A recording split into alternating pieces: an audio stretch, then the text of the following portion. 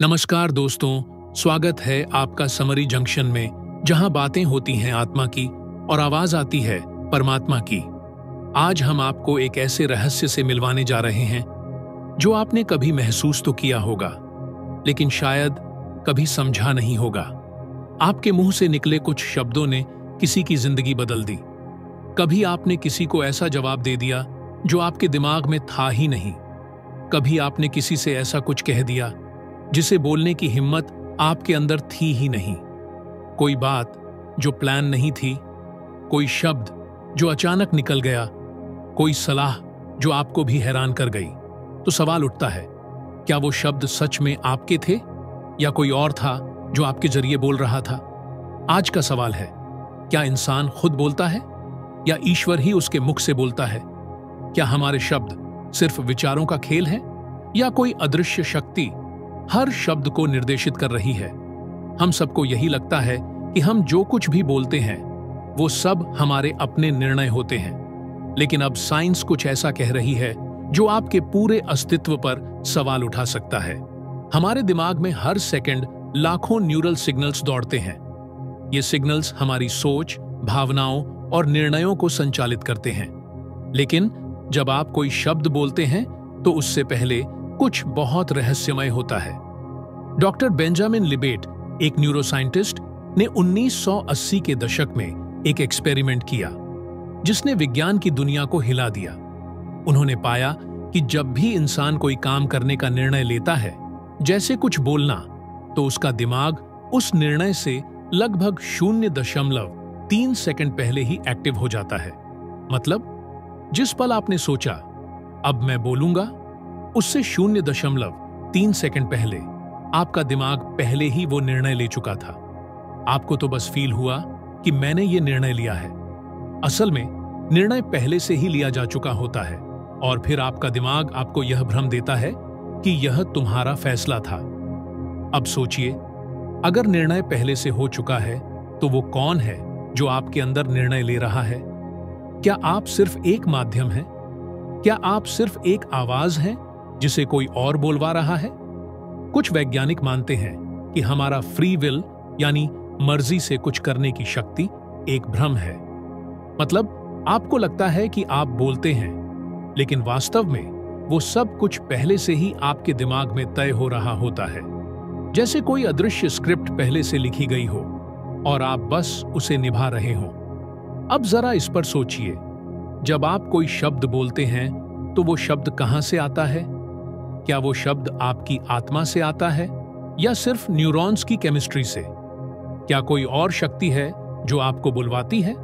तो असली सवाल है, अगर निर्णय मैं नहीं ले रहा तो फिर ले कौन रहा है? क्या आप ही वो हैं या सिर्फ एक पात्र जिसे कोई अदृश्य लेखक बुलवा रहा है? जब अगली बार आप कुछ कहें तो एक पल ठहर कर सोचना, क्या मैंने ये कहा या कोई और मुझसे कहलवा रहा है?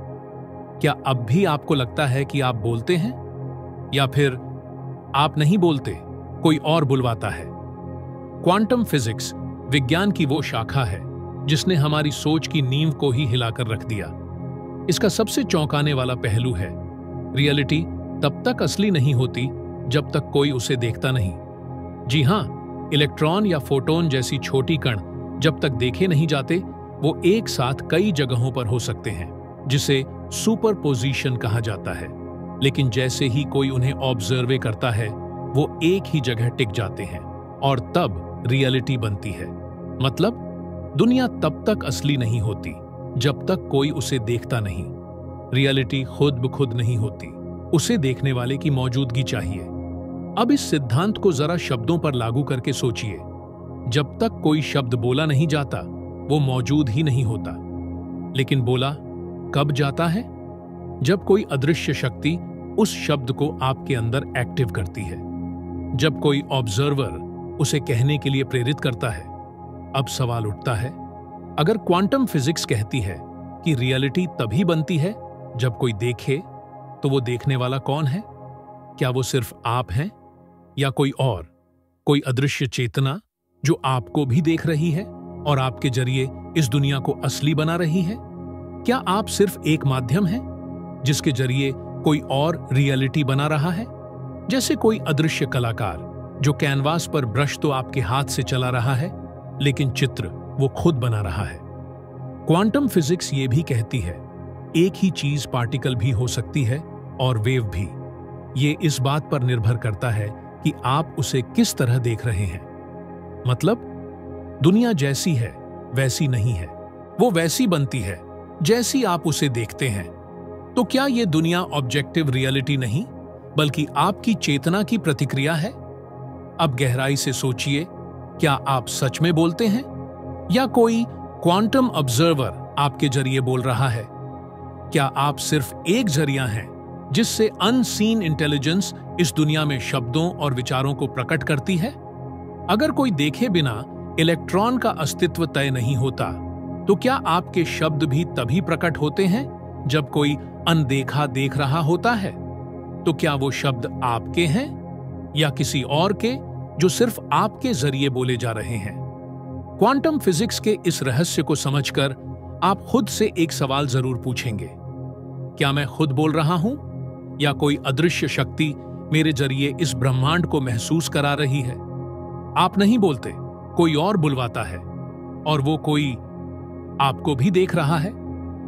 डॉक्टर स्टुअर्ट हैमरॉफ और नोबेल विजेता रॉजर पेनरोज ने मिलकर एक चौंकाने वाला दावा किया। हमारे दिमाग में ऐसे सूक्ष्म संरचनाएं हैं जिन्हें माइक्रोट्यूब्यूल्स कहा जाता है, जो क्वांटम सिग्नल्स को डिटेक्ट कर सकती हैं। मतलब आपकी चेतना सिर्फ आपके शरीर तक सीमित नहीं है, बल्कि वो एक यूनिवर्सल फील्ड से जुड़ी हुई है, एक ऐसा क्षेत्र जो हर जगह मौजूद है।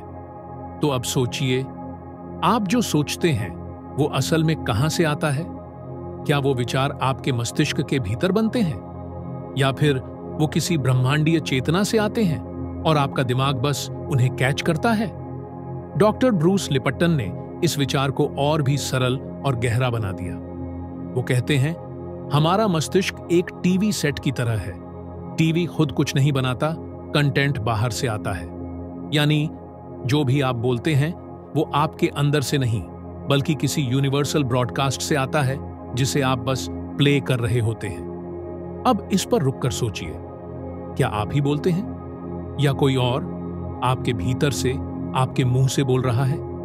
क्या आप सिर्फ एक स्पीकर हैं जिसमें कोई और चेतना अपनी आवाज चला रही है? क्या आपने कभी कुछ ऐसा कहा है जो खुद आपको भी अजीब लगा, जिसे बोलते समय ऐसा महसूस हुआ हो कि ये मेरे शब्द नहीं हैं?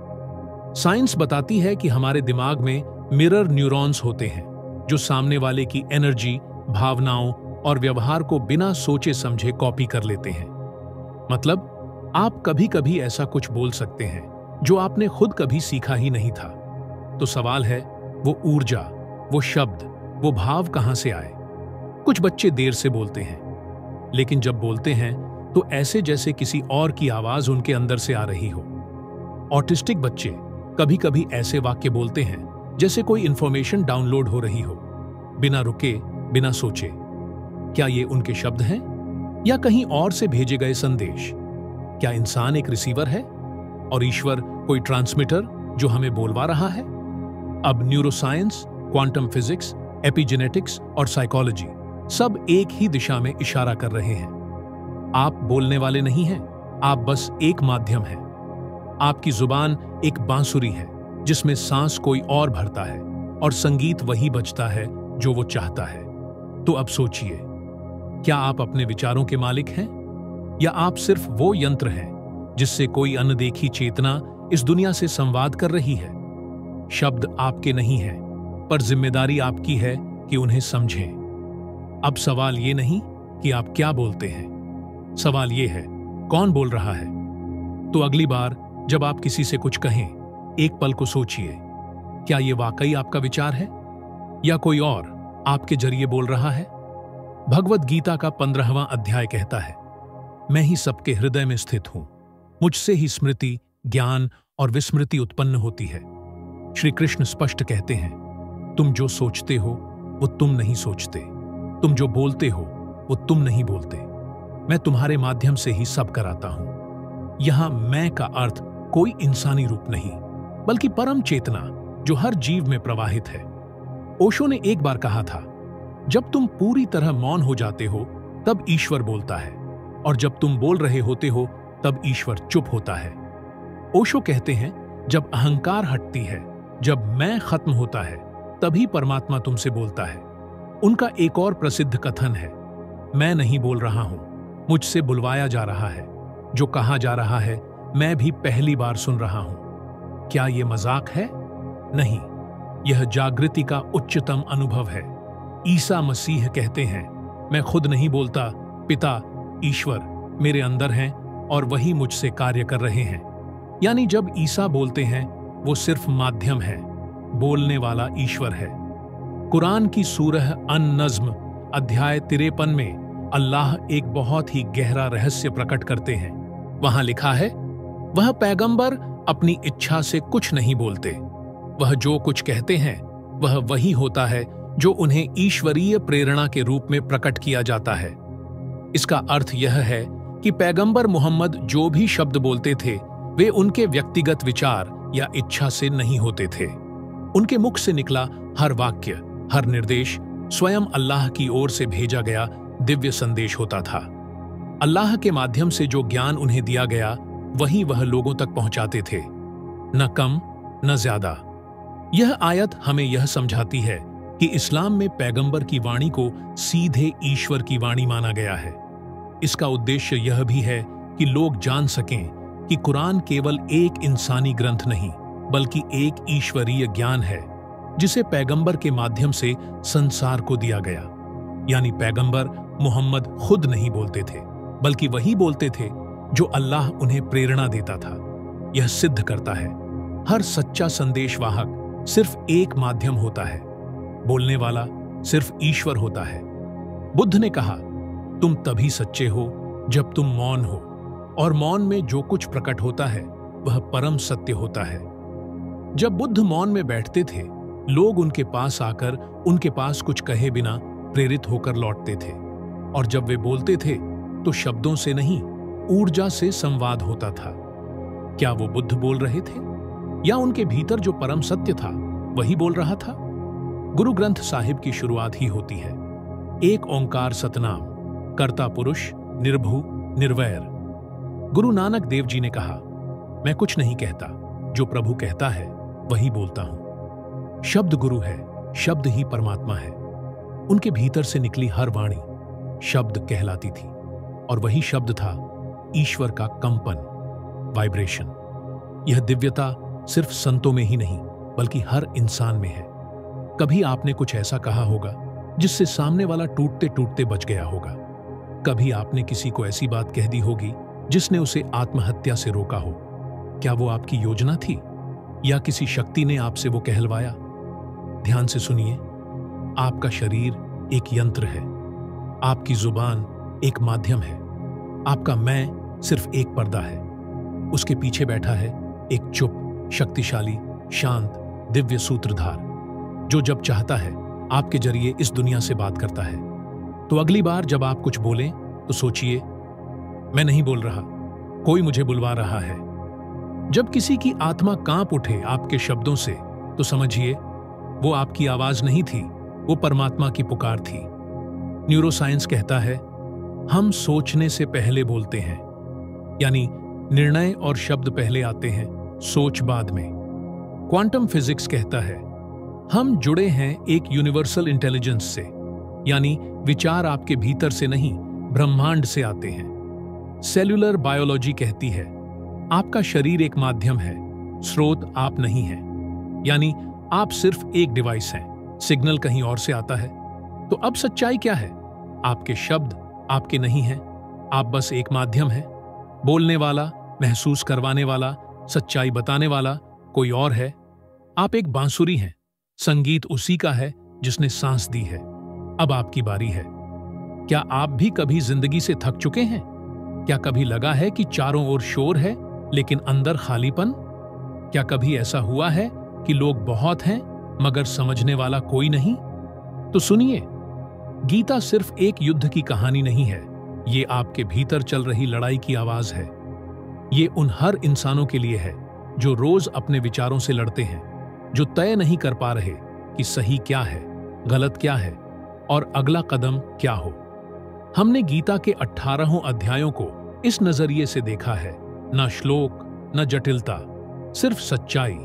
न धर्म की बातें, सिर्फ इंसान की बातें। न किसी धर्म का प्रचार, सिर्फ उस ज्ञान की तलाश जो आपको खुद से मिला सके। हर अध्याय में वो बातें हैं जो शायद किसी ने आपको आज तक नहीं बताई। और यही हमारा वादा है, 18 अध्याय, एक ही संदेश। ये गीता अब आपकी है। अगला अध्याय जल्द आ रहा है और शायद वो अगली कड़ी आपके जीवन का मोड़ बन जाए। इसलिए जुड़े रहिए, क्योंकि इस बार गीता सिर्फ एक किताब नहीं, एक अनुभव है, एक उत्तर है और शायद आपकी आवाज भी। अगर ये बातें आपके दिल को छू गईं, तो इस ज्ञान को दूसरों तक पहुंचाइए।